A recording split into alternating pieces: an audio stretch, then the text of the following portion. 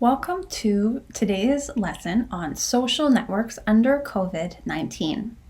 In this brief introductory mini-lecture, we will look at the concept of social networks and why it is so important for sociologists and others to study them. Social networks are patterns of linkages or relationships among people.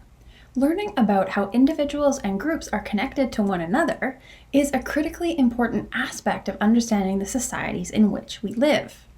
The study of how individuals and groups are connected also helps us understand the impact of events like COVID-19 and how these affect individuals and communities around the world. So why study social networks? The work sociologists take on to identify, understand, and explain social networks helps researchers, policymakers, politicians, social workers, public health officers, and many others to understand the social patterns that exist in the world around them.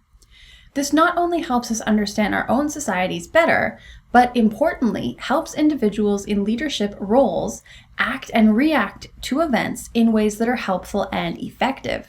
For example, in this module, we will explore some models of social networks and how the spread of COVID-19 changes within the network based on physical distancing.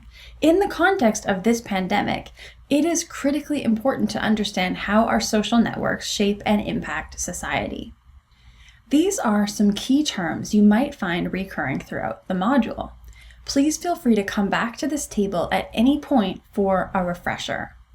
Terms to look out for are node, tie, network, degree, cut point, and isolate. Using these key terms is not only myself, but our guest lecturer today, Dr. David Tyndall, professor in UBC's Department of Sociology. Dr. Tyndall studies environmental issues, including topics such as forestry, wilderness preservation, fisheries, and climate change. A major focus of his research has been environmental movements in BC and Canada, and the interrelationships between social networks, movement identification, and participation. Professor Tyndall is actually cross-appointed with the Department of Forestry Resource Management and is a member of the Center for Applied Conservation Research. At UBC, you can find Professor Tyndall teaching classes like Sociology and Natural Resources and Sociological Methods Survey Research.